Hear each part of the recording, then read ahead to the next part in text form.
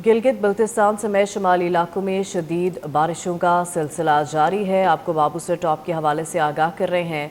Babusar top पर सैलाबी rally की जद में आकर मुतादिद गाड़ियां बह गई हैं। 4 अफराद हलाक, मुतादिद लापता हैं। रेस्क्यू ऑपरेशन तेजी से जारी है। लापता अफराद को तलाश किया जा रहा है। पाक फौज भी रेस्क्यू ऑपरेशन में मसरूफ है। 200 से ज्यादा अफराद को महफूज मकाम पर मुंतकिल किया गया। ज़रूरत पड़ने पर अफवाज पाकिस्तान के ताउन से हेलीकॉप्टर को भी रेस्क्यू ऑपरेशन के लिए इस्तेमाल किया जाएगा। अस्पतालों में इमरजेंसी नाफिज कर दी गई है। शाहराह बाबूसर पर सैलाबी रैली की जद में आकर मुतादिद गाड़ियां बह गईं। 4 अफराद हलाक हो गए, मुतादिद लापता हैं। रेस्क्यू ऑपरेशन तेजी से जारी है। लापता अफराद को तलाश किया जा रहा है। तर्जुमान गिलगित बल्तिस्तान फैजुल्ला फराक साहब हमारे साथ मौजूद हैं। सर, बहुत शुक्रिया आपका वक्त देने के लिए।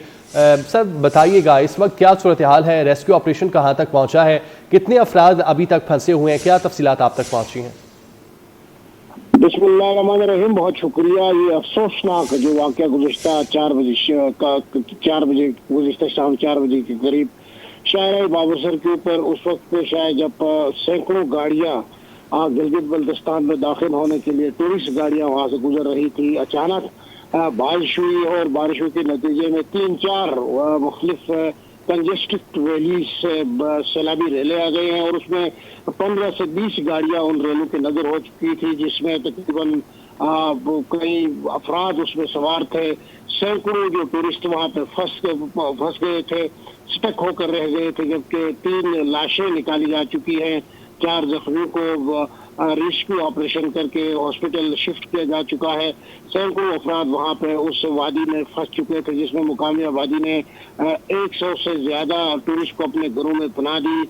और उसके अलावा गवर्नमेंट ऑफ गिलगित बल्तिस्तान ने वज़ीर आला गिलगित बल्तिस्तान हाजी गुलबर खान साहब की हिदायत पर रेस्क्यू 1122 ज़िली इंतजामिया, deputy commissioner, SSP, commissioner DMR, DIG DMR को मौके पर भेजा। उसकी हिदायत की रोशनी में फौज पाकिस्तान की दस्ते भी इस ऑपरेशन में हिस्सा ले रहे हैं, वो भी पहुंच गए। उसके बाद 200 के करीब अफराद को जो वहां पे फंसे हुए थे उनको मुंतकिल किया गया था रात को गिलगित चिलास शहर।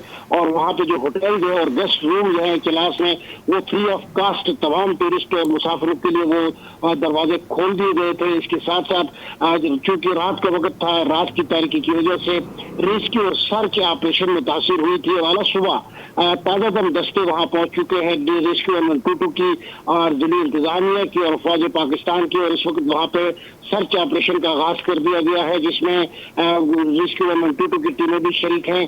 और अभी तक तकरीबन 5-6 गाड़ियों को भी निकाली जा चुकी हैं जो सैलाबी जद में आ चुके थे।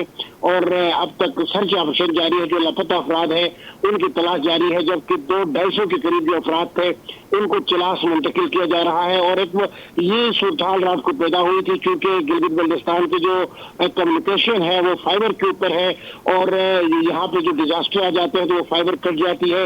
वो इलाका डिस्कम्युनिकेट हो चुका था रात को, इसलिए सैकड़ों टूरिस्ट जो सयाह वहाँ पे हैं उनसे राबता मुनक़ता था उनके घर वालों का। और अभी जो मुंतकली का अमल है नालजात से वो लोगों को वहाँ पे मुंतकिल किया जा रहा है और उनके राबते भी अपने घरों से बहाल हो रहे हैं।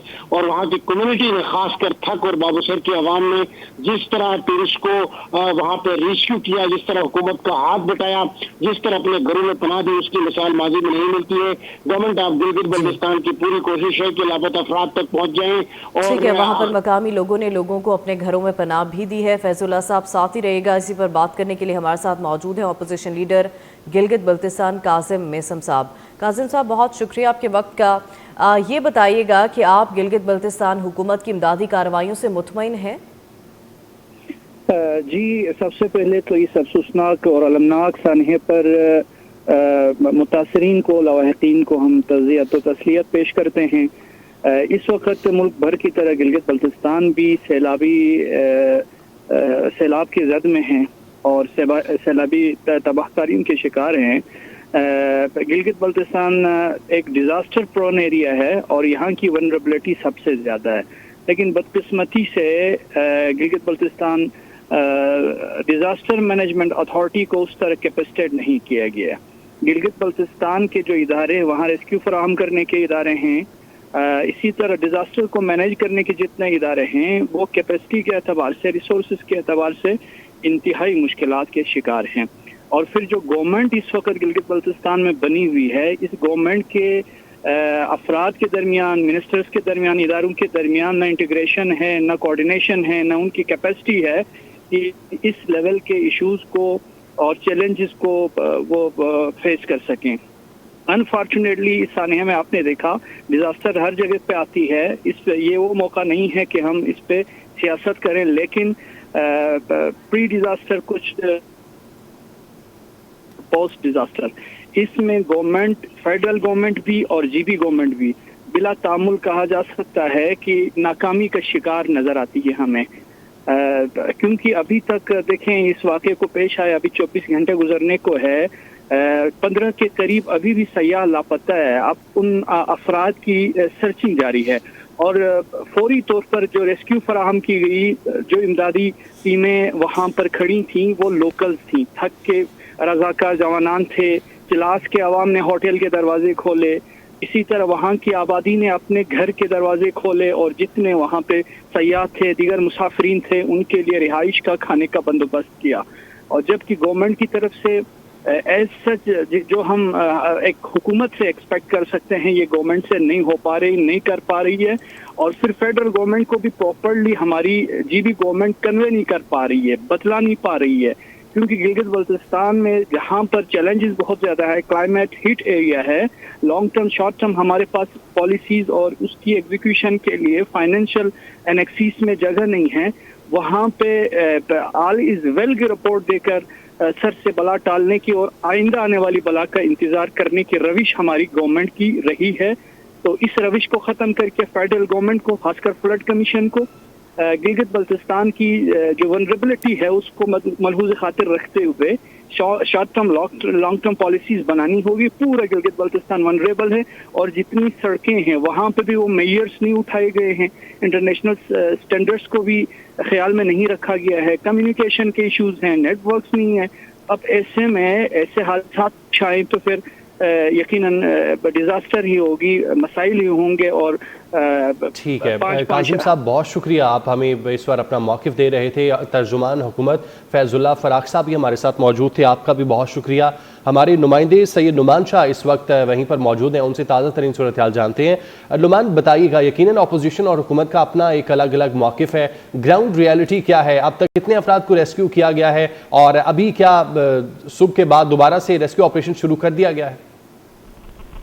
جی، گزشتہ رات ہی 7 افراد کو جو ہے زخمی حالت میں ریسکیو کیا گیا تھا، جبکہ جو 4 افراد کی لاشیں ہیں ان کو نکالا گیا تھا، جن میں سے لودھرا سے تعلق رکھنے والی جو ڈاکٹر مشل ہیں ان کے بھائی کی اور ان کا جو والد صاحب ہیں ان کی جو ڈیڈ باڈیز تھیں وہ نکالی گئی تھی۔ اس کے علاوہ جو 15 افراد ہیں ابھی تک جن کے بارے میں بتایا جا رہا ہے کہ وہ لاپتہ ہیں، جبکہ جو 200 کے قریب افراد ہیں جن کو واقعے سے فوراً قبل ہی جو ہے ان کو وہاں سے نکال کر مقامی افراد نے اپنے گھروں میں اور جو سرکاری رہائشگاہیں ہیں یا جو دیگر مقامات ہیں وہاں پر منتقل کر دیا گیا تھا جو محفوظ ہیں۔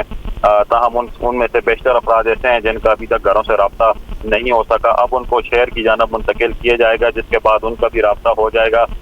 تاہم جو رات کے میں جو ریسکیو آپریشن بند کر دیا گیا تھا چونکہ موسمی حالات کی وجہ سے، تو ابھی دوبارہ ریسکیو آپریشن شروع کر دیا گیا ہے، اور جو لاپتہ افراد ہیں ان کی تعداد زیادہ بھی ہو سکتی ہے، کیونکہ یہ ابتدائی طور پر جو معلومات تھیں وہ 15 افراد کی تھی۔